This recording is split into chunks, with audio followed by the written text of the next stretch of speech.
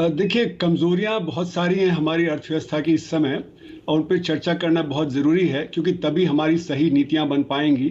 सबसे पहली बात ये कि जब अर्थव्यवस्था क्राइसिस में होती है, जब उसमें गिरावट तेज़ होती है, तो उसके बाद उठती भी उतनी तेज़ से है। तो इसलिए हमको जो अभी क्वार्टरली डेटा आया है, उसको कंपेयर करना चाहिए 2019 के जो क्वार्टर 2 में है। अगर उससे हम कंपेयर करें तो हमारी अर्थव्यवस्था सिर्फ 8% बढ़ी है 3 साल में, यानी 2.75% की ग्रोथ हुई है पिछले 3 साल में मिलके। दूसरी बात यह है कि जो डेटा आता है क्वार्टरली डेटा, उसमें सिर्फ संगठित क्षेत्र के आंकड़े आते हैं। कुछ कृषि के आंकड़े ज़रूर आते हैं, लेकिन वो सिर्फ टारगेट होते हैं, जो टारगेट को हम मान लेते हैं कि फुलफिल हो गए। तो अगर सिर्फ संगठित क्षेत्र इतना बढ़ रहा है, तो उसमें असंगठित क्षेत्र कितना गिर रहा है वो तो आंकड़ा आया नहीं। और असंगठित क्षेत्र 94% है हमारी अर्थव्यवस्था का। एम्प्लॉयमेंट, उसका एम्प्लॉयमेंट 94% है, उसका उत्पादन 45% है।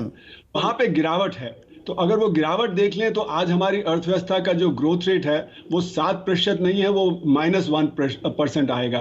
तो इसलिए हमारी अर्थव्यवस्था कॉन्ट्रैक्ट कर रही है, गिरावट पे है, ना कि बढ़त पे है। अगर हम असंगठित क्षेत्र को जोड़ लें तो उसका असर ये है कि हमारा असंगठित क्षेत्र जो है वहां पे जो मार है वो प्राइस राइज की भी है, यानी इन्फ्लेशन की है, और दूसरी तरफ जो अनएम्प्लॉयमेंट की है, जो आपने आंकड़े दिए।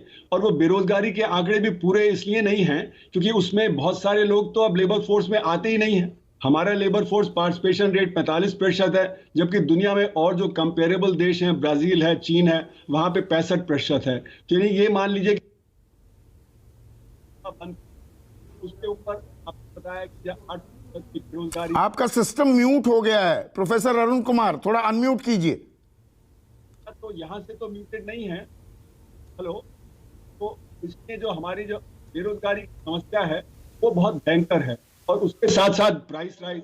अच्छा, अब जो इन्फ्लेशन है वो तो प्राइस राइज की बढ़ने की दर है, यानी कि जो इन्फ्लेशन रेट कम होने का मतलब ये नहीं कि दाम कम हो रहे हैं, इसका मतलब कि दाम बढ़ने की रफ्तार कम हो रही है, और असंगठित क्षेत्र पे उसका भारी असर पड़ता है। तो हमारे यहाँ 5% भी इन्फ्लेशन रेट बहुत ऊंचा होता है। अमेरिका में क्योंकि ज्यादातर संगठित क्षेत्र है, तो वहां पे अगर 10% का भी है तो इतनी मार नहीं पड़ती लोगों पे जितनी कि हमारे यहाँ 5%। इस बात को कोई भी एक्सपर्ट डिनाई नहीं करता कि we are the fastest growing economy, large economies में we are the fastest growing economies. तो ये विरोधाभास कैसे कि हम दुनिया में सबसे आगे भी चल रहे हैं पर हमारी दिक्कतें जो घर पर हैं वो कम होने के बजाय और बढ़ रही है। देखिए, यही मैं बता रहा हूं कि हमारा असंगठित क्षेत्र जो है वो पिट रहा है, और वही सबसे बड़ा हमारा हिस्सा है अर्थव्यवस्था का।